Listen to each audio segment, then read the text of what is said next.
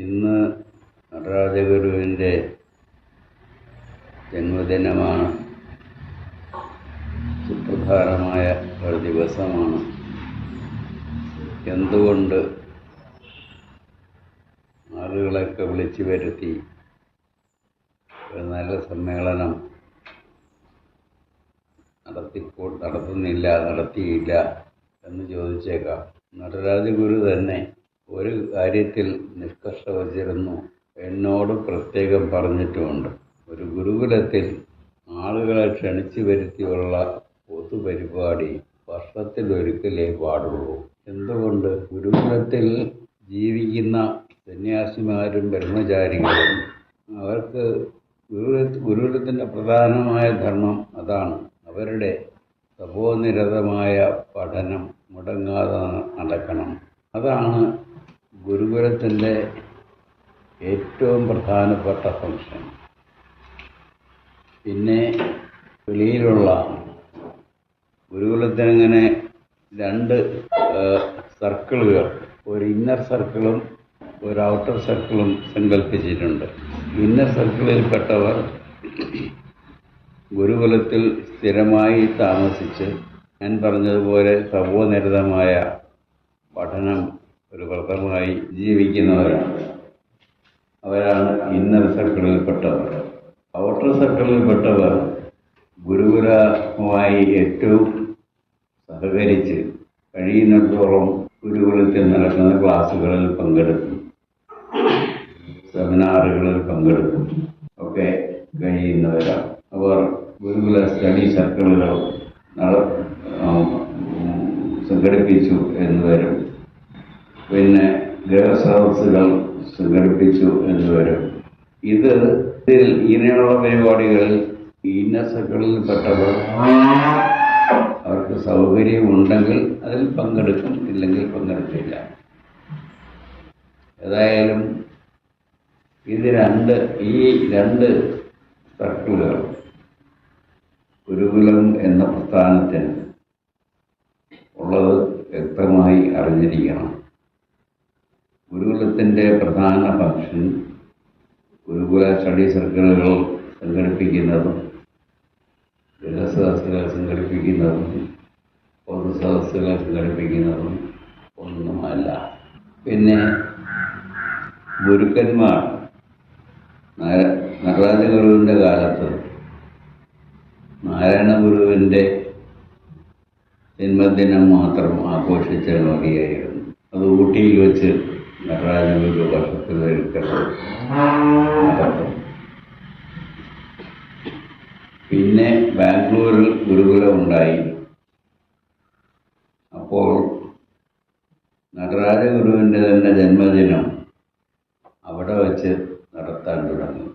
അപ്പോൾ ഇങ്ങനെ ഗുരുക്കന്മാരുടെ ജന്മദിനം, ഇപ്പോൾ നടരാജഗുരുവായി, നിത്യചൈതന്യ ഗുരുവായി, ഇനി ഞാനും അടുത്ത കാലത്ത് തന്നെ മൺമറയുമ്പോൾ എൻ്റെ ജന്മദിനവും സമാധി ദിനവുമൊക്കെ ആഘോഷിക്കണം എന്ന് എന്നെ സ്നേഹിക്കുന്നവർ നിർബന്ധിക്കും.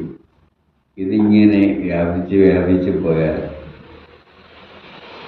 അവസാനം ഗുരുകുലത്തിന് ഇങ്ങനെയുള്ള കാര്യങ്ങൾ സംഘടിപ്പിക്കാൻ മാത്രം സമയമുള്ളൂ എന്ന് വരും. ഇങ്ങനെ ഒരു പരിപാടി സംഘടിപ്പിക്കണം എന്നുണ്ടെങ്കിൽ ഗുരുകുലത്തിൽ സ്ഥിരമായി താമസിക്കുന്നവർ ഒരുപക്ഷെ മറ്റുള്ളവരുടെ സഹായത്തോടു കൂടി വളരെ ദിവസങ്ങൾ പരിശ്രമിക്കണം. ആ ദിവസങ്ങളിൽ അവരുടെ പഠനങ്ങളെല്ലാം മുടങ്ങും. അത് സംഭവിക്കാൻ പാടില്ല. അതുകൊണ്ടാണ് വർഷത്തിലൊരിക്കൽ മാത്രമേ ഇത്തരം ചടങ്ങുകൾ ഓരോ ഗുരുകുലത്തിലും നടത്താൻ പാടുള്ളൂ എന്ന് ഗുരു നിഷ്കർഷിച്ചത്. പിന്നെ മറ്റൊരു കാര്യം കൂടിയുണ്ട്. പൊതുചടങ്ങുകൾ സംഘടിപ്പിച്ചാൽ അതിൻ്റെ നല്ല ചെലവുണ്ട്. ആ ചെലവ് ആരാണ് അവസാനം വഹിക്കുന്നത് എന്ന് ചോദിച്ചാൽ ഗുരുകുലത്തെ സ്നേഹിക്കുന്ന ഗൃഹസ്ഥന്മാരൊക്കെ ആയിരിക്കും അതിൻ്റെ ചെലവ് വഹിക്കുന്നത്. അതൊരുമാതിരി ടാക്സി ഉണ്ടാക്കുന്നത് മാതിരിയാണ്. രാജഗുരു പറഞ്ഞു, അങ്ങനെയുള്ള ടാക്സി വർഷത്തിൽ ഒരിക്കലല്ലാതെ ചെയ്യാൻ പാടില്ല. അത് അവർക്ക് വലിയ ഭാരമാകും. അങ്ങനെയുള്ള ഭാരം അവരിൽ നമ്മൾ അടിച്ചേൽപ്പിക്കാൻ പാടില്ല. ആവശ്യത്തിൽ നിന്നുകൊണ്ട് നോക്കിയാലും ഗുരുകുലത്തിൽ സ്ഥിരമായി താമസിക്കുന്നവരുടെ പഠനകാര്യം നോക്കിയാലും വർഷത്തിലൊരിക്കൽ ഒരു പരിപാടി സംഘടിപ്പിക്കുന്നതാണ് ഏറ്റവും ആരോഗ്യകരം.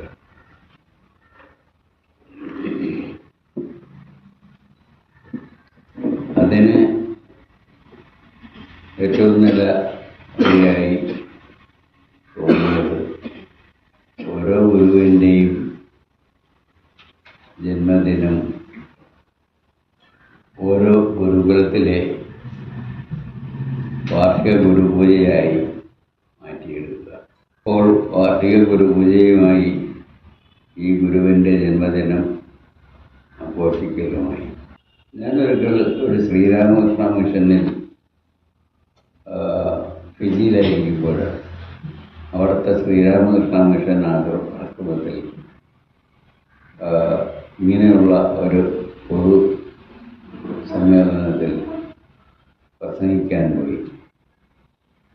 അപ്പോൾ അവിടെ ഞാൻ പ്രത്യേകമായി കണ്ടത് ശ്രീരാമകൃഷ്ണ പരമഹംസർ, വിവേകാനന്ദ സ്വാമി, ശാരദാമാതാവ്, ഈ 3 പേരുടെയും കൂടി ജന്മദിനം ഒരൊറ്റ ദിവസം ആഘോഷിക്കുകയാണ്.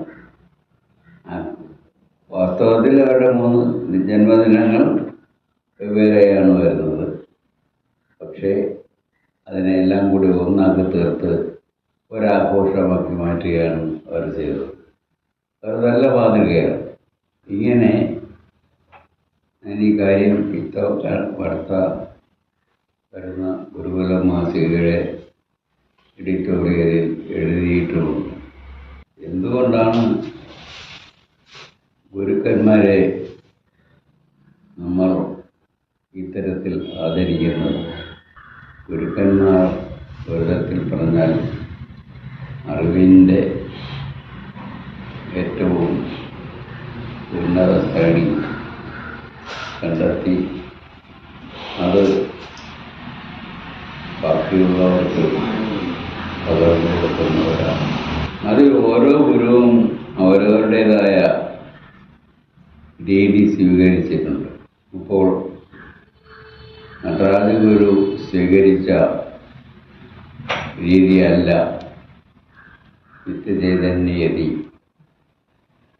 സ്വീകരിച്ചിട്ടുള്ളത്. അവർ 2 പേരും സ്വീകരിച്ച രീതിയല്ല ഞാൻ സ്വീകരിച്ചിട്ടുള്ളത്. ഓരോരുത്തർക്കും ഉണ്ട് അവരവരുടേതായ വ്യക്തിത്വ സവിശേഷതകൾ. അതിനാർക്കും മാറ്റാൻ സാധിക്കില്ല. അതിന് അനുസരിച്ച് ഉള്ള ഒരു പ്രതിപാദന ശൈലി മാത്രമേ ഓരോ ഗുരുവിനും സ്വീകരിക്കാൻ സാധിക്കുകയുള്ളൂ. നടരാജ ഗുരു സ്വീകരിച്ച രീതി അദ്വൈത വേദാന്തം ഒരു മാത്തമാറ്റിക്കൽ ലാംഗ്വേജ് ലോകത്തിന് കാഴ്ചവെക്കുക എന്നതാണ്. എങ്ങനെയാണ് ഈ അദ്വൈതം എന്ന് പറയുന്നത്? വാസ്തവത്തിൽ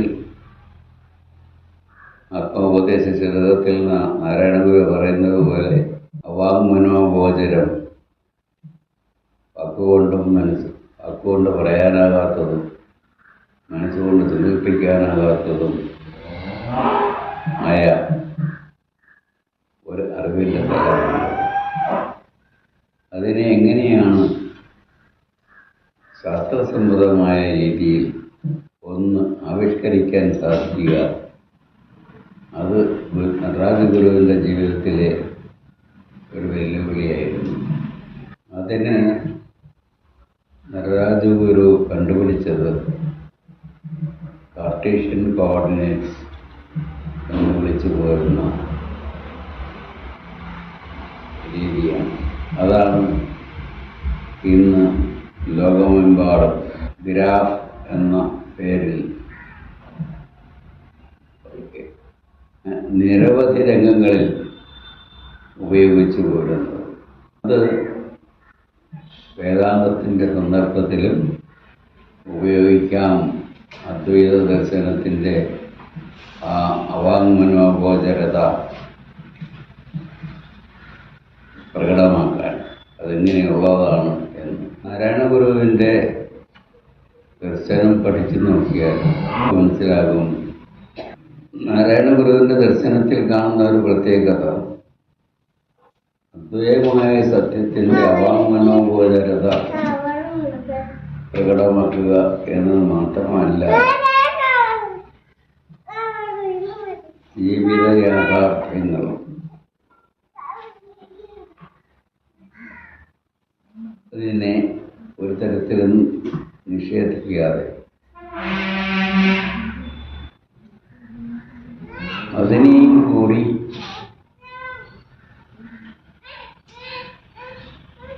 അദ്വൈത സത്യത്തിൽ നിന്നും അന്യമല്ലാതെ കണ്ടുകൊണ്ട് ജീവിക്കാൻ മനുഷ്യനെ പ്രാപ്തനാക്കുക. സാധാരണഗതിയിൽ വേദാന്തം പഠിച്ചവർ ഈ ലോകമെല്ലാം മിഥ്യ, ബ്രഹ്മസത്യം ജഗന്മിഥ്യ എന്നതാണ് വേദാന്തം പഠിപ്പിക്കുന്നത് എന്ന് ധരിച്ച് ആണ് വേദാന്തം പഠിക്കുകയും പഠിപ്പിക്കുകയും ചെയ്യുക. നമ്മുടെ ആത്മാവിൻ്റെ കാര്യം പറയുമ്പോൾ ഈ ലോകത്തിൻ്റെ കാര്യം മറന്നേ പോകും. ഗുരു അങ്ങനെയല്ല. പിന്നെയോ സകലത്തുമുള്ളത് തന്നെ തത്വചിന്താകൃതന് സർവവും ക്രമമായി ഗ്രഹിക്കും എന്ന നിലപാടാണ് ഗുരുവിൻ്റേത്. സകലതും ഉള്ളതാണ്, ഇല്ലാത്തതല്ല, മിഥ്യയല്ല. പിന്നെയോ ആത്മസത്യത്തിൻ്റെ തന്നെ മായാവൈഭവം കൊണ്ട് അത് സ്വയം പ്രകടമായി തീർന്നതാണ് നമ്മൾ ജീവിത യാഥാർത്ഥ്യങ്ങളായി കാണുകയും അനുഭവിക്കുകയും ചെയ്തുകൊണ്ടിരിക്കുന്നു. അതുകൊണ്ട് ഇതിനെയും കൂടി ജീവിത യാഥാർത്ഥ്യങ്ങളെയും കൂടി ആത്മാനന്യമായി ആത്മാവിൽ നിന്നും അന്യമല്ലാതെ കാണുന്നതായ ഒരു അദ്വൈത ദർശനം, അതാണ് നാരായണ ഗുരുവിന്. അത് ശാസ്ത്രീയമായി വെളിപ്പെടുത്താൻ നടരാജഗുരു സ്വീകരിച്ചതാണ് ഈ ഗ്രാഫിൻ്റെ മെത്തേഡ്. അതിൽ ഒരു വെർട്ടിക്കൽ ആക്സിസ് ഉണ്ടാവും, ഒരു ഹൊറിസോണ്ടൽ ആക്സിസ് ഉണ്ടാവും. ഹൊറിസോണ്ടൽ ആക്സിസ് എക്സ് ആണ്, മറ്റേത് വൈ ആണ്. ഈ ഹൊറിസോണ്ടൽ ആക്സിസ് സാധാരണയുള്ള ജീവിത യാഥാർത്ഥ്യങ്ങളെ സൂചിപ്പിക്കുന്നു എങ്കിൽ വെർട്ടിക്കൽ ആക്സിസ് പരമമായ ആത്മസത്യത്തിൻ്റെ ഏകതയെ സൂചിപ്പിക്കുന്നു. ഇത് രണ്ടല്ലാതെ ഒന്നായി മീറ്റ് ചെയ്യുന്ന, എക്സ് ആക്സിസും വൈ ആക്സിസും തമ്മിൽ മീറ്റ് ചെയ്യുന്ന ഒരു 0 പോയിൻ്റുണ്ട്. ആ 0 പോയിൻ്റിലാണ് നാം അദ്വൈത ദർശനത്തെ കാണേണ്ടത്, നാരായണ ഗുരുവിൻ്റെ അദ്വൈത ദർശനത്തെ കാണേണ്ടത്. അങ്ങനെ തികച്ചും ശാസ്ത്രീയം എന്ന് പറയാവുന്ന, ആധുനിക ശാസ്ത്രത്തിന് സമ്മതമാകുന്നത് എന്ന് പറയാവുന്ന ഒരു മെത്തേഡ് ഓഫ് പ്രസൻറ്റേഷൻ, ഒരു ആവിഷ്കരണ ശൈലി നടരാജഗുരു വികസിപ്പിച്ചെടുത്തു. ഒരു തരത്തിൽ അതാണ് നടരാജഗുരുവിൻ്റെ ഏറ്റവും വലിയ സംഭാവന, ദാർശനികമായ സംഭാവന. പിന്നെ ഈ ഏകത്വ ദർശനത്തിന് തന്നെ ഒന്നിനെയും അന്യമായി കാണാത്ത അദ്വൈത ദർശനത്തെ അതിൻ്റെ ഏറ്റവും വിപുലമായ അർത്ഥത്തിൽ ഗുരു നടരാജഗുരു ഏകലോകം എന്ന ആശയമായി വികസിപ്പിച്ചെടുത്തു.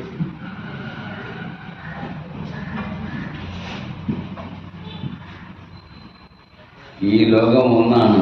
ഇപ്പോൾ 198 168 എത്ര രാജ്യങ്ങളാണ്? 168 രാജ്യങ്ങളായി വിഭജിക്കപ്പെട്ട് കിടക്കുന്ന ഈ ഭൂമണ്ഡലം, ഈ ഭൂമിയുടെ ഏതെങ്കിലും ഭാഗത്ത് ചെന്ന് നോക്കിയാൽ ഈ വിഭജന രേഖ കാണുമോ? ഇല്ല. അത് ഭൂമിയിൽ, യഥാർത്ഥ ഭൂമിയിൽ എങ്ങും ഇല്ല. പിന്നെ ചില പ്രകൃതി സഹജമായ ബൗണ്ടറീസ് സമുദ്രം ഉണ്ടാക്കിയിട്ടുള്ളത്, അത് വിഭജന രേഖ എന്ന് പറയാൻ പറ്റില്ല. അതിനെയും കൂടി മറ്റതിനകത്ത് ചേർത്ത് രാജ്യങ്ങളെ സങ്കല്പിച്ചിട്ടുണ്ട്. ഇപ്പം ഈ ഏകലോകം എന്നത് പണ്ടേ ഒരു ഏറ്റവും ഉദാത്തമായ ആശയമായി പലരും കണ്ടിട്ടുണ്ടെങ്കിലും അതെങ്ങനെ കൈവരുത്തും എന്ന് ആർക്കും ഒരു നിശ്ചയവുമില്ലായിരുന്നു. നമ്മുടെ പ്രധാനമന്ത്രിയായിരുന്ന ജവഹർലാൽ നെഹ്റു ഐക്യരാഷ്ട്രസഭയിൽ പോയി ഇതിൻ്റെ ആവശ്യകതയെപ്പറ്റി പ്രസംഗിക്കുകയൊക്കെ ചെയ്തിട്ടുണ്ട്. പക്ഷേ എങ്ങനെ അത് കൈവരുത്തും? നടരാജഗുരു പറയുന്നു, നിങ്ങളത് കൈവരുത്തണ്ട. ഇപ്പോൾ തന്നെ ഈ ലോകം ഒന്നാണ്. അതിൽ അധിവസിക്കുന്ന മനുഷ്യവർഗം ഒന്നാണ്. അടിസ്ഥാനപരമായി നോക്കിയാൽ ഈ മനുഷ്യവർഗത്തിൽ എവിടെയുമുള്ള ആളുകളുടെ ആവശ്യം, അവർ ജീവിതത്തിൽ ഉന്നതമായി കരുതുന്നത് ഒരേ ഒരു മൂല്യത്തെയാണ്. അങ്ങനെ നോക്കുമ്പോൾ ഇപ്പോൾ തന്നെ ലോകം ഒന്നാണ്. അതിനെ ഒന്നാക്കേണ്ട കാര്യമില്ല. പലതായിരിക്കുന്നത് ഭൂമിയിലല്ല, മാപ്പുകളിലാണ്. മാപ്പുകളിൽ രാജ്യങ്ങളെ വിഭജിക്കുന്ന രേഖകൾ വരച്ചു വച്ചിട്ട് ആ വരകളെ സംരക്ഷിക്കുവാൻ വേണ്ടിയാണ് മനുഷ്യവർഗത്തിൻ്റെ പരിശ്രമത്തിൽ നല്ലൊരു ഭാഗം മനുഷ്യർ അധ്വാനം ചെയ്തുണ്ടാക്കുന്ന സമ്പത്തിൽ ഏറ്റവും വലിയൊരു ഭാഗം ഇന്ന് ചെലവഴിച്ചുകൊണ്ടിരിക്കുന്നത് ഈ കൃത്രിമ രേഖകളുടെ, മാപ്പിൽ വരച്ച കൃത്രിമ രേഖകളുടെ സംരക്ഷണത്തിനാണ്. ആ രേഖകളെ അങ്ങ് അഴിച്ചു കളഞ്ഞാൽ മതി. മാപ്പിൽ ആ രേഖകളെ അഴിച്ചു കളഞ്ഞാൽ മതി, രാജ്യം ഒന്നാകും. അങ്ങനെ ദൈവസങ്കല്പത്തിലുള്ള ലോകം ഒന്നാണ്. ദൈവം സൃഷ്ടിച്ച ലോകം ഒന്നാണ്. അതുകൊണ്ട് ഏകലോകം എന്നത് നടരാജഗുരുവിൻ്റെ അവസാന കാലത്തെ ഒരു വലിയ സ്വപ്നമായി മാറി. അതിൻ്റെ പ്രചാരണത്തിന് വേണ്ടി ഏഴുമല ഗുരുകുലത്തിൽ, ആ ഗുരുകുലം ഇന്നില്ല, ആ ഗുരുകുലത്തിൻ്റെ സ്ഥലമെല്ലാം നേവൽ അക്കാദമിക്ക് വേണ്ടി എടുത്തുകൊണ്ടുപോയി. അന്ന് അത് വളർന്നു വരുന്ന ഒരു ഗുരുകുലമായിരുന്നു. വലിയ സൗകര്യമൊന്നും ഉണ്ടായിരുന്നില്ല. ഒരു കാട്ടുപ്രദേശം. അവിടെ വച്ച് ആണ് 11 ദിവസം നീണ്ടു നിൽക്കുന്ന ഒരു സമ്മേളനം. അതിൽ കാലത്തും വൈകിട്ടുമൊക്കെ പ്രബന്ധാവതരണങ്ങൾ തന്നെയായിരുന്നു മുഖ്യം. വളരെ ഗൗരവമുള്ള ചർച്ചകളായിരുന്നു അന്ന് നടന്നത്. എല്ലാ സമ്മേളനത്തിലും അധ്യക്ഷനായിരുന്നത് നടരാജ ഗുരു തന്നെയാണ് എന്നതാണ് ആ സമ്മേളന പരമ്പരയുടെ മറ്റൊരു പ്രത്യേകത. ഇത് 1970 നടന്നു. 1967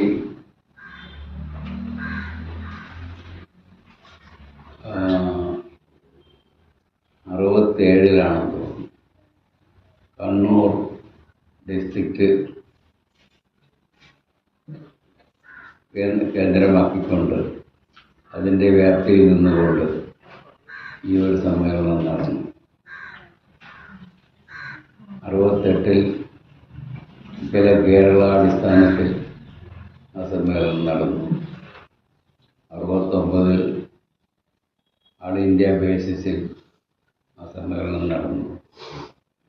70 ലോക അടിസ്ഥാനത്തിൽ 11 ദിവസം നിലനിൽക്കുന്ന ആ സമ്മേളനം നടന്നു. അതിൻ്റെ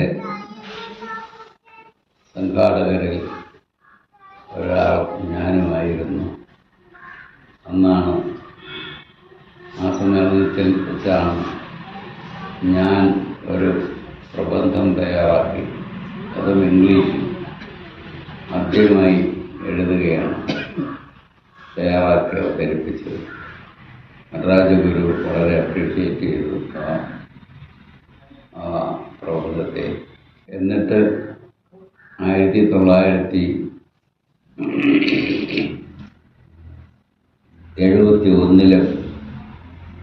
അതേപോലെ തന്നെ 11 ദിവസം, നവംബർ 1 മുതൽ 11 വരെയുള്ള ദിവസങ്ങളിൽ നടത്തി.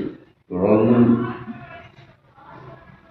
നടരാജ ഗുരുവിൻ്റെ ഉദ്ദേശ്യം തുടർന്ന് ലോകത്തിൻ്റെ പല ഭാഗങ്ങളിൽ വെച്ച് ഈ സമ്മേളനം നടത്തണം. അപ്പോൾ ലോകത്തിലുള്ള ആളുകളുടെ ശ്രദ്ധയിൽ ഈ ആശയം വന്നുവിടും. അങ്ങനെ ലോകശ്രദ്ധയിൽ കൊണ്ടുവരത്തക്കവണ്ണം ഈ സമ്മേളന പരമ്പര ലോകത്തിൻ്റെ പല ഭാഗങ്ങളിലായി നടത്തണം എന്നൊക്കെ ഗുരുവിന് പ്ലാനുണ്ടായിരുന്നു. അപ്പോഴേക്കും ഗുരുവിന് പക്ഷാഘാതം പിടിപെട്ടു. പിന്നെ ഒന്നും നടക്കാതെ. ഇങ്ങനെയൊക്കെയാണ് നടരാജ ഗുരു തൻ്റെ സത്യദർശനം ഉൾക്കൊണ്ടതും അവതരിപ്പിച്ചതും അതിനെ ലോക നന്മയ്ക്ക് വേണ്ടി എങ്ങനെ പ്രായോഗികമാക്കാം എന്ന് കാണിച്ചുകൊണ്ട് ഈ സമ്മേളന പരമ്പരയ്ക്ക് ഗുരു കൊടുത്ത പേര് world conference for peace through unity understanding. Unity understanding എന്ന പേര് ഗുരു ഉണ്ടാക്കിയെടുത്തതാണ് അദ്വൈത ദർശനം എന്ന അർത്ഥത്തിൽ. ഒരു തരത്തിലുള്ള മതപരമായ ചായ്വോ ഒന്നും കൂടാതെ കേവലം ശാസ്ത്രീയമായ ഒരു ഭാഷയിൽ അതിന് ഗുരു യൂണിറ്റി അണ്ടർസ്റ്റാൻഡിങ് എന്ന് വിളിച്ചു. അങ്ങനെ ചുരുക്കി പറഞ്ഞാൽ അദ്വൈത ദർശനം ജനങ്ങളുടെ ഹൃദയത്തിൽ എത്തുമ്പോൾ മാത്രമേ ലോകസമാധാനം ഉണ്ടാവുകയുള്ളൂ എന്ന് ഗുരു കണ്ടു. ഇത് പ്രായോഗിക തലത്തിൽ കൊണ്ടുവരുന്നതിനാണ് വെറുതെ ഏകലോകം ഉണ്ടാക്കാൻ സാധിക്കില്ല.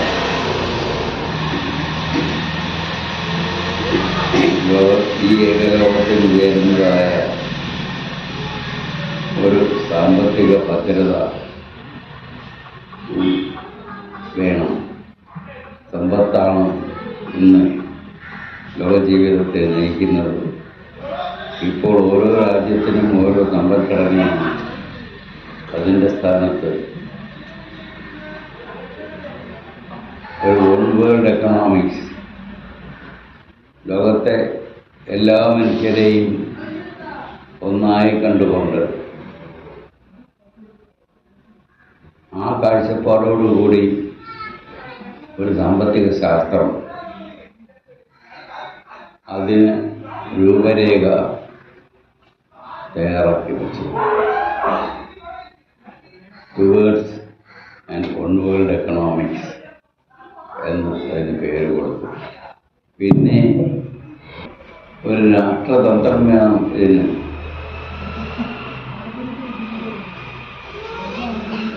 അങ്ങനെ ഒരു രാഷ്ട്രതന്ത്രം മനുഷ്യരാശിയെ ഒന്നായി കണ്ടുകൊണ്ട് രാജ്യകാര്യങ്ങൾ, ഭരണകാര്യങ്ങൾ എങ്ങനെ നിർവഹിക്കാം എന്ന് ചിന്തിച്ചുകൊണ്ട് ഒരു രാഷ്ട്രതന്ത്രത്തിന് തന്നെ ഗുരു അതിൻ്റെ മൂലഘടകങ്ങൾ ഗുരു എഴുതി വച്ചു. അതിന് പോളിറ്റിക്സിന് ഗുരു കൊടുത്ത പേര് ജിയോ പോളിറ്റിക്സ് എന്നാണ്. അതുപോലെ എല്ലാ മനുഷ്യരെയും ഒന്നായി കണ്ടുകൊണ്ടുള്ള ഒരു വിദ്യാഭ്യാസ ദർശനം. അങ്ങനെ ഒരു വിദ്യാഭ്യാസ സമ്പ്രദായം നിലവിലില്ലാതെ ഈ ഏകലോകം ഒന്നും സാധ്യമാവുകയില്ല. ഇങ്ങനെ വ്യാപകമായി ചിന്തിച്ചുകൊണ്ട് ഈ ഏകലോക വിദ്യാഭ്യാസത്തിനും ഗുരു രൂപം നൽകി. വേൾഡ് എഡ്യൂക്കേഷൻ മാനിഫെസ്റ്റോ എന്ന പേര്. അപ്പോൾ സമഗ്രമായ ഒരു ദർശനത്തോടുകൂടി ലോകത്തിൻ്റെ ഏകത, നാരായണ ഗുരുവിൻ്റെ അദ്വൈത ദർശനത്തിൻ്റെ വെളിച്ചത്തിൽ ലോകത്തിൻ്റെ ഏകത എങ്ങനെ കൈവരുത്താം എന്നുവരെ ചിന്തിച്ച ദാർശനികനാണ് നടരാജഗുരു. ചിന്തിക്കുക മാത്രമല്ല, അതിനുള്ള വഴി എന്ത് എന്നുവരെ ചിന്തിച്ച് കണ്ടെത്തി രേഖപ്പെടുത്തി വച്ചിരിക്കുന്നു. ഇതിലേക്കാണ് ഇപ്പോൾ എനിക്ക് നടരാജഗുരുവിനെ പറ്റി പറയാൻ തുടങ്ങിയത്. നടരാജഗുരുവിനോട് ഒപ്പം 14 വർഷം ജീവിക്കുവാനുള്ള ഭാഗ്യമുണ്ടായി. മറ്റൊന്നും പറയാൻ തോന്നുന്നില്ല. എല്ലാവർക്കും നമസ്കാരം.